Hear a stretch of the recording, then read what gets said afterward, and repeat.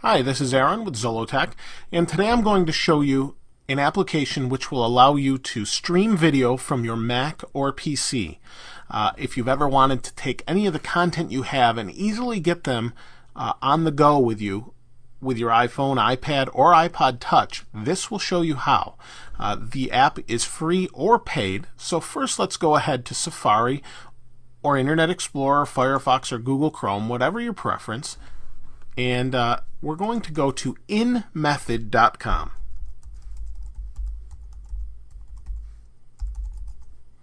And at inmethod.com, you'll see Air Video. Now, you can download this on your iPad, iPod Touch, or iPhone via the App Store, and it's free. And the free version is only limited in that it allows only a certain number of folders and files to be shown at any one time. The paid version is $2.99, and well worth the money in my opinion. So here we go. We'll go ahead and show you the different steps in getting this to work properly. So you're going to go to this website, inmethod.com. We're going to go to download, and you're going to pick which operating system you have. In this case, it's OS X, so I'll go ahead and download that. And it should be pretty quick. We'll wait for it to download. I do have a fairly fast connection. I can go much faster than this, but apparently their servers don't upload at that speed, but this is more than sufficient. So again, as you can see, we have 6 seconds remaining and only a few left, and we'll get this installed. So let's go ahead, and if you're on the Mac, you should be pretty familiar with how to do this. If you're on a PC, again, you're going to go through your install method. On the Mac, we'll simply go here. I'll open a new window and drag and drop this into your applications folder. There we go. Now, we'll drag that into our application folder. And again, I closed the folder, so that doesn't really help me. Let me go into the folder, and we'll go over to Air Video. I'll put this in the dock for now. So, you're going to use your favorite install method depending on which version of OS you're using. So let's go ahead and open this. And open it, and we'll close out of the window for now. There we go. So we've got the server open. Very, very simple. Now on a Mac, you're going to see up here at the top we actually have it running, and at any time we can click on that and go to the preferences, stop the server, or quit, or check for updates, as you can see. Now this is the window you'll get. Now you've got a couple different options. Right here is where you're going to add the folders that you want to view on your remote device. You can add any folder anywhere, even on your network. So in my case, I have a time capsule, which is an Apple router plus hard drive for backup. It also acts as a NAS, and I have a 1 terabyte hard drive plugged into it. I can add files from that hard drive to this, and they will stream over the network, over my home Wi-Fi network, or remotely wherever I am via Wi-Fi or 3G on an iPhone. So let's go ahead and we'll add an iTunes playlist, and it will search your iTunes playlist for any content. Now in this case I don't have anything, but just wanted to show you could do that. You can remove whatever you want, and you can add a folder. We'll come back to that in a moment. And again, here's your options: server running, yes or no. We'll go to conversion. Now there's no files that are being converted, but this program will convert files in multiple ways for you. Under settings, we can check it to start at login, require a password, or listen on a custom port. We can also add or remove the directory we want for our videos to go once they're converted. Let's go to remote. And here we want to access the internet remote. So what this means is, yes, you want to stream outside of your home network. If you don't want to do that, do not enable access from the internet. If you do want to stream outside your network, turn this on, and it acts as a secure server running in the background. Let's go ahead to subtitles. We can select subtitles if they have them, preferred languages, even the font in the default encoding we want, and the size of the font. And here's our logs from live conversion, offline conversion, thumbnail generation, remote support, and subtitles. So let's go back to our shared folders and add a folder. Now here we can add a folder. In this case, because this is what I use for different videos that I shoot on the desktop, there's not a whole lot here. So whatever your preference is, this is what we're looking at now. We can add our applications folders.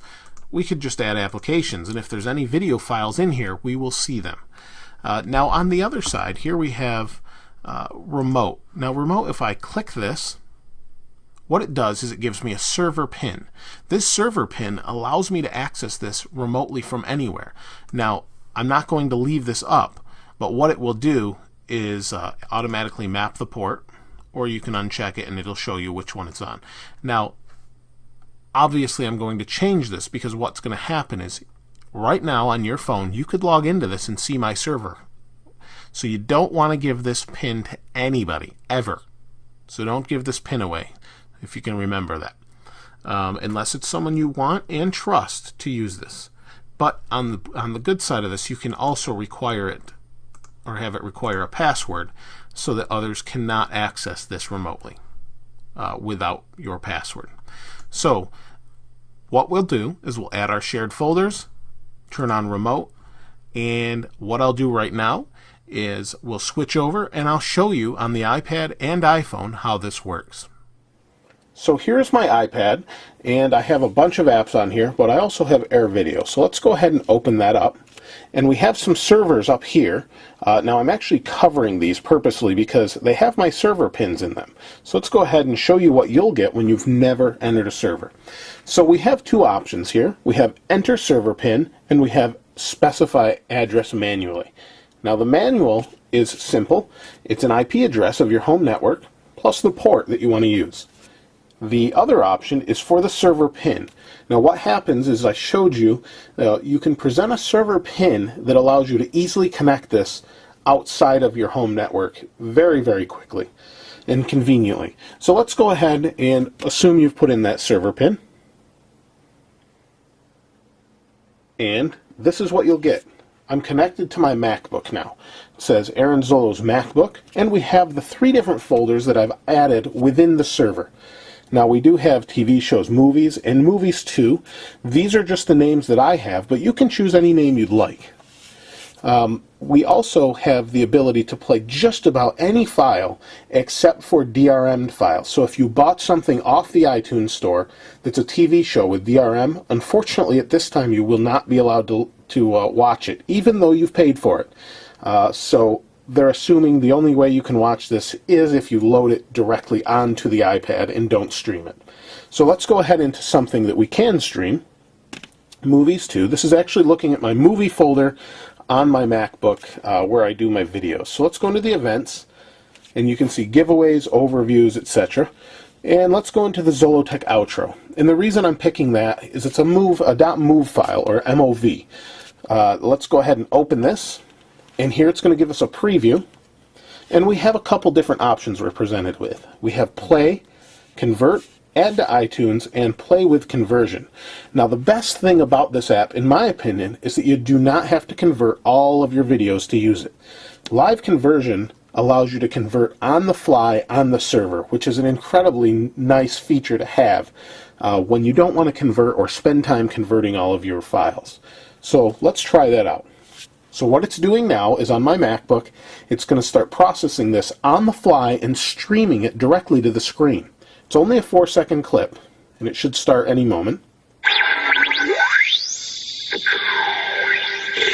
So there's the outro to my videos. So that converted it on the fly. Now it really didn't have to do much conversion, but it does work, and I've used it multiple times. Now we can just simply play it. It will not give you the play option if you do not have a correct file format for the iPad. And again, you can see that played. So that's really nice, and is quite a very useful app on the iPad. Let's go ahead to global settings, and here's your settings. You have resolution, width, height, quality for offline conversion, bit rates. It's pretty pretty in-depth for such a simple and inexpensive app on our part here. So let's go ahead and hide that. So that's the iPad side. Now let's go ahead and take a look at the iPhone side. So here's my iPhone. Let's go ahead and unlock that. Let's go ahead and find Air Video. And since I have so many apps, let's just type Air Video and open that up. Now, I'm holding it this way just because I don't want you to see my server address. So now again, I have the same thing. Let's bring that in. You can see I have TV shows, movies, and movies too. Let's go into that. And let's go into the event locations. We'll go into the outro, same video. And again, we can play this. And down here, we're presented with live conversion, convert, conversion settings, all the same great options we have on the iPad side. Now, the nice thing is this works on 3G. So you can see I have Wi-Fi right now. Let's go back and shut that off. Let's shut off my home Wi-Fi. There we go. We've got that shut off now. Let's go back to our multitasking. And we're back where we were. So let's go ahead and just play this. Oh, okay. I was unaware of this, but on a cellular connection, you have to always use play with conversion. So it takes advantage of some streaming. And there we go. Like I said, we're on 3G. There we go. Oh, and my sound is off. There we go. Let's try that one more time. Play with live conversion.